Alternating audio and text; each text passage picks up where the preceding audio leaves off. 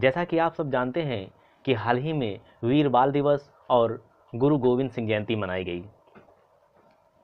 तो आज नमन उन वीर बालकों को जिनकी शहादत की स्मृति में वीर बाल दिवस मनाया जाता है। आखिर कौन थे वे बालक जिन्हें औरंगजेब ने दीवार में चुनवा दिया था? बात सिख धर्म, सिख गुरुओं और मुगलों के साथ उनके बनते बिगड़ते संबंधों पर भी होगी। साथ ही एग्ज़ाम के पॉइंट ऑफ व्यू से इम्पॉर्टेंट फैक्ट्स भी डिस्कस किए जाएंगे। तो शुरू करते हैं आज की क्लास। आपको लिए चलते हैं 15वीं शताब्दी की ओर, जब गुरु नानक ने सिख धर्म की स्थापना की।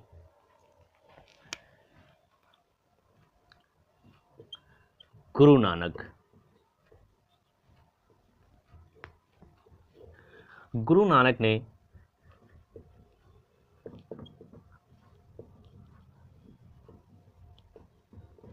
सिख धर्म की स्थापना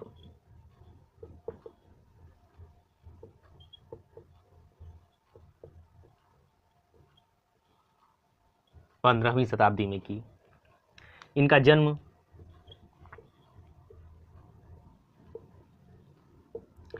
1469 में तलवंडी नामक स्थान पर हुआ।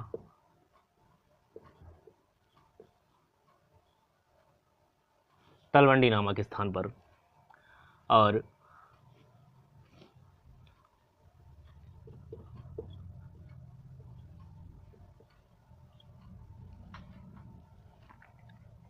और मृत्यु इनकी 1539 में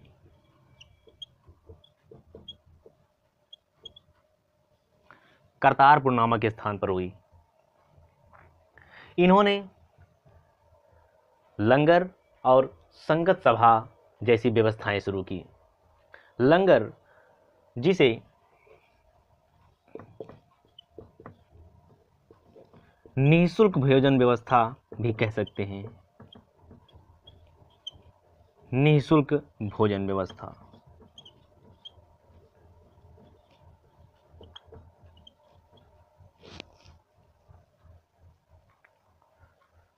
इन्होंने संगत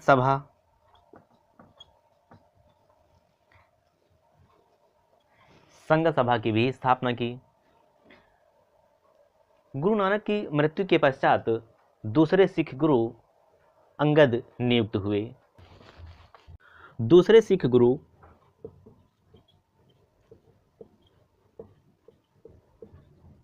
अंगद हुए। अंगद, तो मैंने बताया कि गुरु नानक द्वारा शुरू की गई लंगर व्यवस्था को अंगद ने स्थायी बना दिया।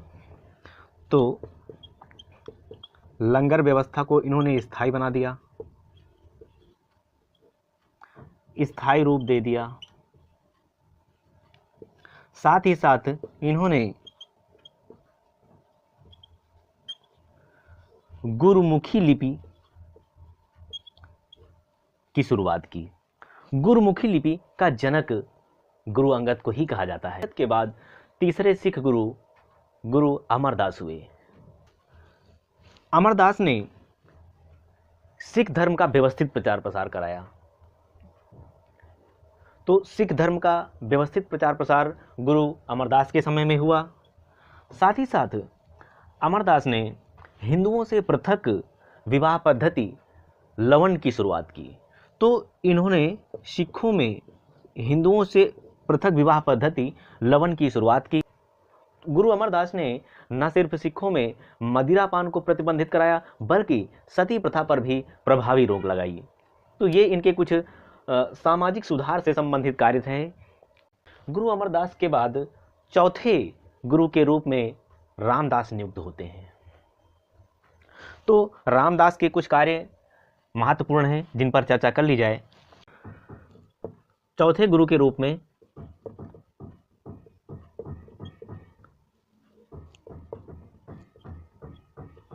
रामदास नियुक्त होते हैं। रामदास के बारे में कहा जाता है कि गुरु रामदास और मुगल सम्राट अकबर के बीच बेहतर संबंध रहे।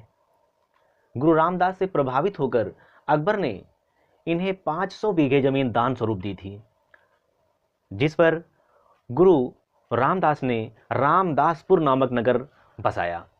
तो इनके कुछ कार्य हैं, जैसे इन्होंने रामदासपुर नगर बसाया। यही नगर, रामदासपुर नगर, बाद में अमृतसर नगर के नाम से जाना गया। इसी नगर में अर्थात अमृतसर नगर में एक सरोवर के मध्य में गुरु रामदास ने स्वर्ण मंदिर की नींव रखने के लिए कादिरी सूफी संत मियां मीर को बुलाया था। इस प्रकार से स्वर्ण मंदिर की नींव रखी जाती है। तो स्वर्ण मंदिर का जो निर्माण कार्य है, ये 5वें सिख गुरु अर्जुन देव ने पूरा कराया। अर्जुन देव, इन्हें सच्चा बादशाह कहा जाता है। सच्चा बादशाह अर्जुन देव ने 1589 में स्वर्ण मंदिर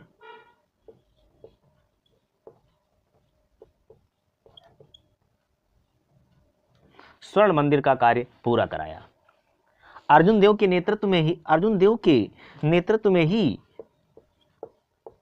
1604 में सिखों के पवित्र आदि ग्रंथ का संकलन कराया गया। यानी आदि ग्रंथ का जो संकलन है वह अर्जुन देव के समय में ही हुआ। अर्जुन देव ने तारनपुर और करतारपुर नामक नगरों की स्थापना भी की। तो अर्जुन देव के कुछ कार्य और हैं, जिनमें तारनपुर और करतारपुर नामक नगर बसाने का काम अर्जुन देव ने किया। अर्जुन देव ने जहांगीर के विद्रोही पुत्र खुसरो को विजयी होने का आशीर्वाद देकर मुगलों से दुश्मनी मोल ले ली। इससे जहांगीर खिन्न होकर अर्जुन देव को मृत्यु दंड दे देता है। अब सिखों और मुगलों के बीच संबंध बिगड़ जाते हैं, यानी सिखों और मुगलों के बीच संघर्ष की स्थिति उत्पन्न हो जाती है। इसी संघर्ष की स्थिति में ही 6वें सिख गुरु हरगोविंद नियुक्त होते हैं। अतः जब ये गुरु के रूप में काम करना शुरू करते हैं तो इनका सबसे पहला कार्य होता है सिखों को एक सैन्य और लड़ाकू शक्ति के रूप में तब्दील करना। तो सिखों को जहां एक ओर ये लड़ाकू शक्ति या सैन्य शक्ति के रूप में बदलने का काम कर रहे हैं, वहीं अमृतसर शहर की सुरक्षा सुनिश्चित करने के लिए ये इसकी किलेबंदी भी करा रहे हैं। तो अमृतसर शहर की किलेबंदी कराने का काम भी इन्होंने किया।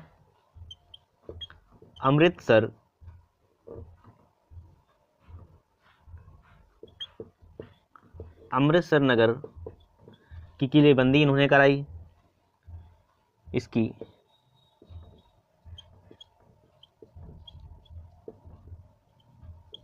किलेबंदी कराई और अकाल तख्त की स्थापना की। अकाल तख्त की स्थापना की। मुगल शासक शाहजहां के शासनकाल में हरगोविंद ने मुगलों की सेना को लगातार 2 बार परास्त किया और इस प्रकार इन्होंने मुगलों के हौसले पस्त कर दिए। फलतः संघर्ष को कुछ समय के लिए विराम देने के लिए ये कश्मीर की पहाड़ियों पर चले जाते हैं और वहीं पर कीरतपुर नगर बसाने का काम करते हैं। तो इन्होंने कश्मीर की पहाड़ियों पर कीरतपुर नामक नगर बसाया और यहीं पर इनकी मृत्यु हो जाती है। इसके बाद नियुक्त होते हैं हर राय, यानी 7वें गुरु के रूप में हर राय नियुक्त होते हैं। तो अब हर राय के बारे में कुछ बात कर ली जाए। हर राय के समय मुगलों में उत्तराधिकार युद्ध शुरू हो गया था। शाहजहां के पुत्रों में सत्ता पर काबिज होने के लिए जंग छिड़ गई और इसका लाभ ये हुआ कि सिखों और मुगलों के बीच जो लगातार तनाव बढ़ रहा था उसमें कुछ समय के लिए विराम लगा। इसी समय सामूगढ़ के युद्ध में राजकुमार दारा सिकोह पराजित हो जाते हैं और गुरु हर राय से वे मुलाकात करते हैं। इसके बाद 8वें गुरु के रूप में हरकिशन नियुक्त होते हैं। तो सिखों के 8वें गुरु के रूप में हरकिशन नियुक्त होते हैं। हरकिशन बहुत कम समय के लिए गुरु के पद पर रहे। चेचक की बीमारी के कारण शीघ्र ही इनकी मृत्यु हो जाती है। अब स्थिति ऐसी बन गई कि सिखों में भी गुरु के पद के लिए संघर्ष छिड़ गया। इस संघर्ष में हरगोविंद के पुत्र तेग बहादुर विजयी होते हैं और सिखों के 9वें गुरु के रूप में नियुक्त होते हैं। तो सिखों के जो 9वें गुरु हुए वे तेग बहादुर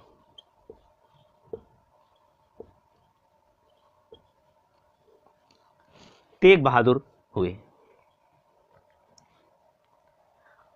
अब जहां सिखों के 9वें गुरु के रूप में तेग बहादुर नियुक्त होते हैं, वहीं मुगलों की तरफ उत्तराधिकार के युद्ध में औरंगजेब विजयी होकर सत्ता पर काबिज हो जाता है। अब औरंगजेब की धार्मिक नीति कुछ ऐसी रही जिसका दूसरे धर्म या समुदाय के लोगों ने विरोध किया। इसी समय तेग बहादुर ने भी औरंगजेब की धार्मिक नीति का प्रबल विरोध किया और मुगल विरोधी पंजाब के किसानों की सहायता की। इससे औरंगजेब तेग बहादुर से क्रुद्ध होकर तेग बहादुर पर कुछ मुसलमानों का धर्म परिवर्तन कराने का आरोप लगाकर इन्हें गिरफ्तार करा देता है। तेग बहादुर के समक्ष धर्म परिवर्तन करने की शर्त रखी जाती है। तेग बहादुर जब मुस्लिम धर्म स्वीकार करने से मना कर देते हैं तो इन्हें दिल्ली में औरंगजेब के द्वारा मृत्युदंड दे दिया जाता है। तेग बहादुर के बारे में कहा जाता है कि इन्होंने सिर दिया लेकिन सार नहीं दे पाए। बाद में इनकी स्मृति में दिल्ली में शीशगंज गुरुद्वारे का निर्माण किया गया। इसके बाद सिखों के 10वें और अंतिम गुरु के रूप में गुरु गोविंद सिंह नियुक्त होते हैं। अब बात करते हैं गुरु गोविंद सिंह के बारे में। तो अब सिखों के 10वें गुरु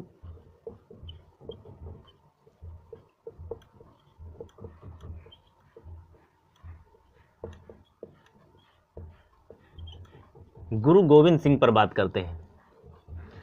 गुरु गोविंद सिंह सिखों के 10वें व अंतिम गुरु नियुक्त हुए। गुरु गोविंद सिंह के समय भी ऐसी स्थिति रही कि मुगलों और सिखों के बीच में तनाव बढ़ता ही रहा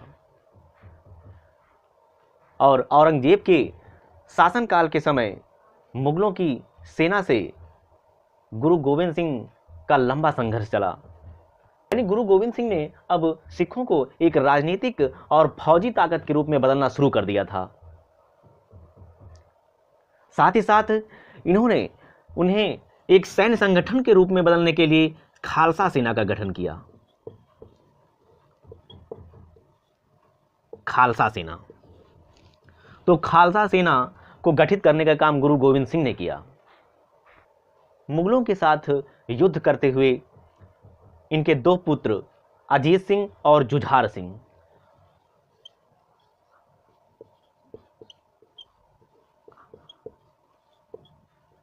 अजीत सिंह और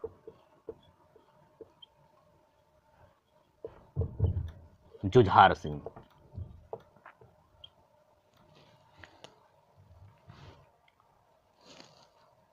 और तो मुगलों के साथ युद्ध करते हुए इनके दो पुत्र अजीत सिंह और जुझार सिंह वीर गति को प्राप्त होते हैं, जबकि दो पुत्र फतेह सिंह और जोरावर सिंह को औरंगजेब दीवार में जिंदा चुनवा देता है। इन्हीं पुत्रों की शहादत और साहस को श्रद्धांजलि अर्पित करने के लिए भारत सरकार ने प्रतिवर्ष 26 दिसंबर को वीर बाल दिवस मनाने का फैसला लिया। तो वीर बाल दिवस इसलिए मनाया जाता है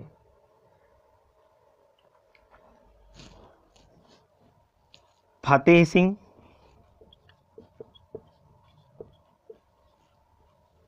और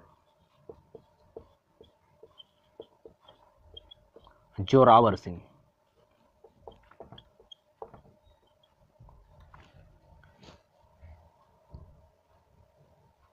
इन्होंने कुछ रचनाएं भी की। इनकी रचनाएं कृष्णावतार और जफरनामा नाम से प्रकाशित हुई। कृष्णावतार और जफरनामा इनकी ऑटोबायोग्राफी यानी आत्मकथा विचित्र नाटक नाम से प्रकाशित हुई थी। विचित्र नाटक, तो विचित्र नाटक इनकी आत्मकथा रही। इन्होंने सिख पुरुषों के नाम के साथ सिंह और महिलाओं के नाम के साथ कौर लगाने की प्रथा भी शुरू की। गुरु गोविंद सिंह ने आनंदपुर नगर की स्थापना भी की थी और इनका जन्म पटना में हुआ था। ये कुछ महत्वपूर्ण फैक्ट्स हैं जो गुरु गोविंद सिंह से जुड़े हैं और यहाँ से परीक्षाओं में कई क्वेश्चन पूछे जाते हैं। गुरु गोविंद सिंह की मृत्यु के पश्चात सिखों में गुरु के पद को भी समाप्त कर दिया गया।